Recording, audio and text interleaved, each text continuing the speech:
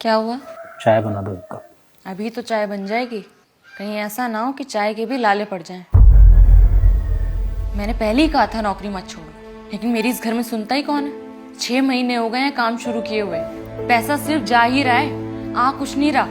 और पिछले 3 महीने से घर की EMI भी नहीं गई है। और अगर ऐसे ही चलता रहा ना तो घर के साथ साथ इज्जत भी जाएगी।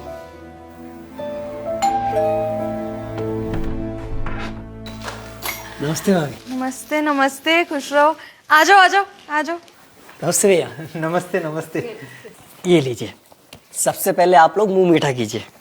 अरे ये किस खुशी में भाई? भैया हमने जो प्लॉट खरीदा था ना वो बिक गया है, पूरे 10 लाख का प्रॉफिट हुआ है।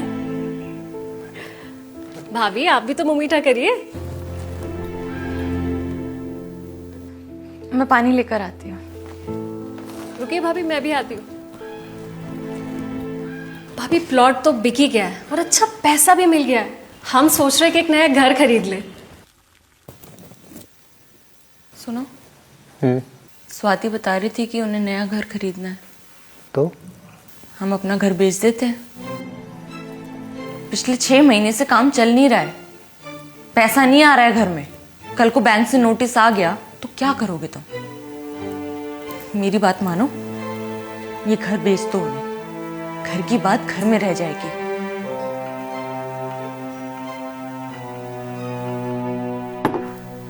बताइए भैया, क्या बात करनी है? स्वाति बता रही थी आरती को कि तुम नया घर खरीदना चाहते हो। हाँ भैया, सोच तो रहे। तुम लोग यही घर क्यों नहीं खरीद लेते? तो भाभी फिर आप नया घर ढूंढ रही हैं? हाँ, नहीं,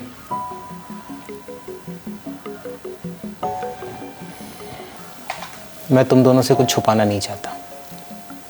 सच बात तो ये है कि मेरा काम नहीं चल रहा। 3 महीने से घर की EMI भी नहीं गई है, इसलिए हम ये घर बेचना चाहते हैं। तो कितने में बेच रहे हैं? हाँ भैया बताइए, कितने में बेचेंगे? 55 लाख तो बनता ही है इस घर का। तो भाभी शुभ काम में देरी कैसी? स्वाति, बैग में से चेक बुक लेकर आ। जी आगे ले।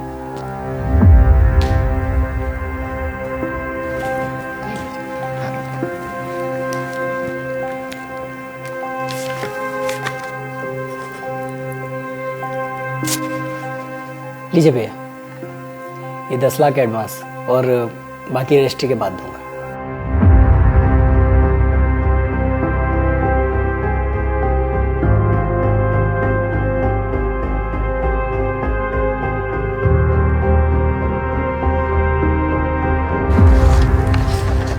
जी, ये मुझे होम लोन की EMI भरनी थी।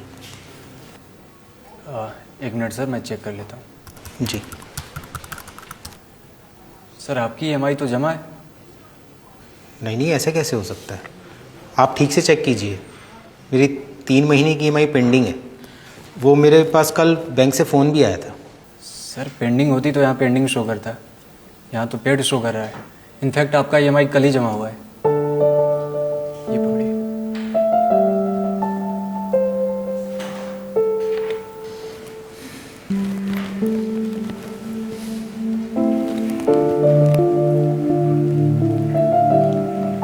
ब्रिजेश, तू यहाँ क्या कर रहा है?